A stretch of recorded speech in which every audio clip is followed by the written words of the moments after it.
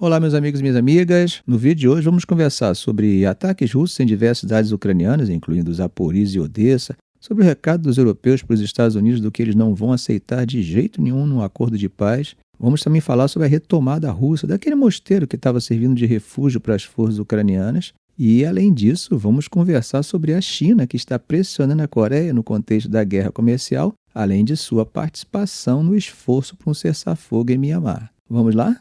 Bom, gente, na manhã de hoje, terça-feira, a cidade de Zaporizhzhia, que fica ali no sudeste da Ucrânia, foi atingida por 2 bombas aéreas guiadas. O ataque matou uma mulher e feriu 26 pessoas. Zaporizhzhia, gente, para quem não sabe, é um centro industrial e logístico mega importante para a Ucrânia, né? E justamente por isso virou alvo frequente de bombardeios russos, principalmente aquelas bombas guiadas que são bem difíceis de serem interceptadas pelas defesas aéreas ucranianas. Ou seja, gente, quando são lançadas é praticamente certo que vão atingir o alvo. Como vocês podem ver nas imagens, os danos foram bem sérios, né? Os prédios atingidos sofreram realmente com o impacto do ataque.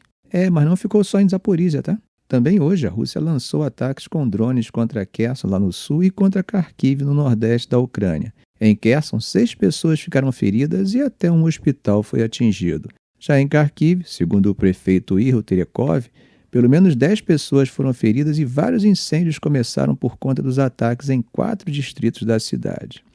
Zelensky foi para as redes sociais e disse que tudo isso faz parte de um T russo deliberado. Ele disse que tudo isso poderia ser encerrado com uma simples ordem, uma ordem dentro da própria Rússia, direcionada ao exército russo. Vale lembrar que a região de Zaporizhzhia, gente, tem uma importância estratégica enorme, né? Além da logística e da indústria que nós já comentamos, é lá que fica a maior usina nuclear da Europa. E boa parte da região está ocupada pelos russos desde o início do conflito em 2022. Gente, mas a coisa ainda foi pior. Isso porque ainda teve um ataque pesado na cidade portuária de Odessa. Durante a madrugada, a Rússia lançou um ataque em massa usando drones contra a cidade. O prefeito de Odessa, Ignatiy Tukhanov, contou que o ataque atingiu uma região bem populosa. Eles compartilharam fotos nas redes mostrando prédios pegando fogo, janelas estouradas, fachadas todas detonadas, um verdadeiro caos. O governador da região, Ole Kieper, também disse que 3 pessoas ficaram feridas nesse ataque e já estão recebendo atendimento médico, mas que, graças a Deus, pelo menos não teve vítima fatal até agora. Agora, a Força Aérea da Ucrânia, gente, disse que só nessa madrugada a Rússia lançou 54 drones. E eles afirmaram ainda que 38 desses drones foram abatidos e outros 16 nem chegaram no alvo devido à guerra eletrônica. Os vídeos que circularam pelas redes mostraram o pessoal do serviço de emergência tentando apagar um incêndio gigantesco que tomou conta de um dos prédios atingidos.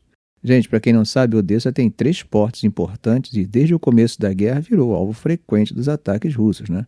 Claro que eles sabem que, atingindo Odessa, impactam diretamente a economia e a logística da Ucrânia, porque por ali passa muita exportação de grãos e outros produtos. Bom, mas enquanto Trump diz que o acordo de paz vai ser resolvido ainda essa semana, as potências europeias, França, Reino Unido e Alemanha, mandam um recado para os Estados Unidos. Eles falaram sobre aquilo que eles consideram linha vermelha em um acordo de paz. Em outras palavras, aquilo que não pode ser negociado de jeito nenhum num possível acordo entre a Ucrânia e a Rússia. Quem contou isso, gente, foi o ministro das Relações Exteriores da França, Jean-Noël Barrot, numa entrevista para a rádio France Info. E aí perguntaram para o Barrot se ele acreditava nessa história de que o Trump poderia anunciar um acordo de paz ainda essa semana. E ele disse que depende do Putin. Segundo o ministro francês, aquela trégua de Páscoa que o Putin decretou meio do nada foi muito mais uma jogada de marketing, uma estratégia para tentar acalmar os ânimos e segurar a pressão do Trump. Bom, mas enquanto esses debates rolam, a Rússia conseguiu retomar aquele mosteiro na região de Kursk, que estava sendo um dos últimos refúgios dos soldados ucranianos no território da Rússia. Segundo a mídia estatal russa, o San Nicolas Belogorsk, que é um mosteiro histórico lá na vila de Gornal, foi reconquistado depois de 10 dias de pancadaria pesada. A Ucrânia tinha montado uma base lá usando artilharia e lançadores de drones. Mas, gente, como sempre gosto de falar, essa informação veio dos próprios russos, tá? E ao menos até a hora em que gravei esse vídeo, Kiev não havia confirmado e também não houve verificação independente. Logo, devemos receber a informação com cautela. Bom, meus amigos, resolvida a situação em Kursk, parece que Moscou tem um território definido sobre o qual precisa avançar para pensar em acordo de paz. Bom, isso segundo o Vladimir Saldo, que é governador russo lá no Oblast de Kherson, né? Ele deu entrevista ontem, 21 de abril, para a agência TASS. Para quem não sabe, a agência TASS é a agência estatal do Kremlin, né? Bom, nessa entrevista ele disse que a devolução da margem oeste do Dnipro é algo fundamentalmente importante e que virou uma prioridade absoluta para a Rússia. A margem oeste, gente, é aquela que fica do lado direito do rio. Bom, Saldo ainda falou que as forças ucranianas continuam usando a margem leste, que é o lado esquerdo do rio, como uma forma de pressionar a Rússia, e que enquanto os ucranianos estiverem na margem oeste, vai ser difícil retomar a navegação pelo rio Dnipro, que é super importante para a economia local. E isso faz sentido, né? Se o rio está em zona de conflito, fica inviável para qualquer navio circular por ali. Bom, Saldo terminou a entrevista dizendo que todo o trecho do Dnipro que passa pelos oblasts de Kherson, Zaporizhzhia e Dnipropetrovsk deveria estar totalmente sob o controle russo.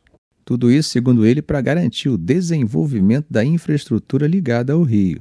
Hoje, a realidade no campo de batalha é que as forças russas só controlam partes da margem leste do rio Dnipro nas regiões de Kherson e Zaporizhzhia.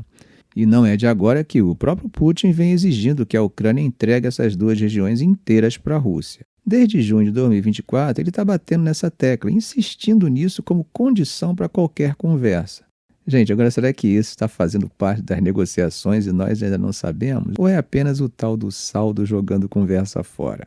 Bom, mudando para outra guerra, a China pediu, ou melhor, praticamente exigiu que as empresas sul-coreanas parem de vender produtos que contenham minerais raros chineses para as empresas de defesa dos Estados Unidos. Pois é, gente, segundo uma reportagem do Korea Economic Dial, eles não usaram meias palavras, mandaram cartas oficiais falando que se alguém desobedecer pode enfrentar sanções pesadas. Esses minerais raros, gente, são um verdadeiro ouro moderno, tá?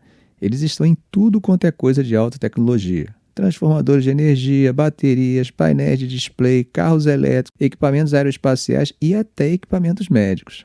Ou seja, a base da inovação e da segurança tecnológica. Agora imagine só, se a China começa a controlar esse fluxo, como é que fica a situação do Ocidente? Será que eles vão conseguir dar conta sem esses materiais?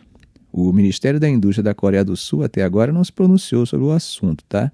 Agora imagine realmente a saia justa, né? De um lado, a Coreia é super aliada dos Estados Unidos, principalmente em questões de defesa. Do outro, a China é o maior parceiro comercial dos sul-coreanos. Em outras palavras, eles estão numa verdadeira sinuca de bico, né? Não sei se vocês lembram, mas no comecinho desse mês a China já tinha anunciado restrições nas exportações de elementos de terras raras como parte da resposta à guerra tarifária iniciada por Trump. Agora a China está dando troco usando uma de suas armas mais poderosas, o quase monopólio sobre esses materiais estratégicos. Fazendo uma analogia rápida aqui, é como se a China fosse a dona da água em pleno sertão nordestino e agora está escolhendo para quem quer vender ou para quem quer negar, né? Quando digo quase monopólio, gente, cerca de 80% dos minerais raros processados no mundo vêm de lá. Bom, gente, ainda falando da China, Pequim enviou uma equipe para Mianmar para monitorar um cessar-fogo que ela mesma ajudou a costurar entre a junta militar e um grupo rebelde chamado Exército da Aliança Democrática Nacional de Mianmar, o MNDAA. Para quem não sabe, o país que enfrentou um terrível terremoto recentemente, desde 2021 vive uma terrível guerra civil. Mas o que isso tem a ver com a China? Bom, o MNDAA é formado principalmente por pessoas de etnia chinesa. Então acho que não é apenas coincidência ou altruísmo, né? No ano passado, eles conseguiram tomar uma base militar super importante em Lachio, bem na fronteira com a China. Um golpe bem duro para a junta militar, que já estava levando pancada de todo lado. Desde outubro de 2023, o MNDAA faz parte da chamada Aliança dos Três Irmãos, um trio de exércitos rebeldes que está apertando ainda mais o cerco contra o governo militar. A China viu esse caos todo e decidiu agir, né? Em janeiro rolou um encontro em Kunming, uma cidade chinesa perto da fronteira. E depois de muita conversa, eles conseguiram fazer a junta e o MNDAA assinarem um acordo de cessar-fogo. Agora, nos últimos dias, alguns oficiais da junta começaram a voltar para Lachio e veículos militares foram vistos circulando por lá. Durante uma coletiva, o porta-voz do Ministério das Relações Exteriores da China, Gu Jiakun, disse que os dois lados agradeceram a China pelo papel construtivo em manter a paz ali no norte do Mianmar. Esse acordo entre o MNDAA e a junta é diferente daquele cessar-fogo maior que a ASEAN, aquele bloco de 10 países do Sudeste Asiático, está tentando negociar, tá? O objetivo deles é mais humanitário, para conseguir mandar ajuda para o pessoal que está sofrendo ainda mais depois do terremoto que atingiu Mianmar no mês passado e matou mais de 3.700 pessoas. E muito dessa ajuda humanitária só consegue chegar se houver uma trégua nas regiões afetadas. Então, gente, esses dois acordos, o da China e o da ASEAN, são paralelos, cada um com o seu foco. Mas, no fim das contas, tudo isso acaba impactando diretamente o povo que está lá no meio do fogo cruzado. Ficamos por aqui. Se esse vídeo foi útil a você, faça um comentário, compartilhe em suas redes sociais, dê um like. E é claro, se ainda não for inscrito, inscreva-se no canal e ative o sininho para não perder os próximos vídeos. Ok, gente? Um grande abraço do professor Arão Alves.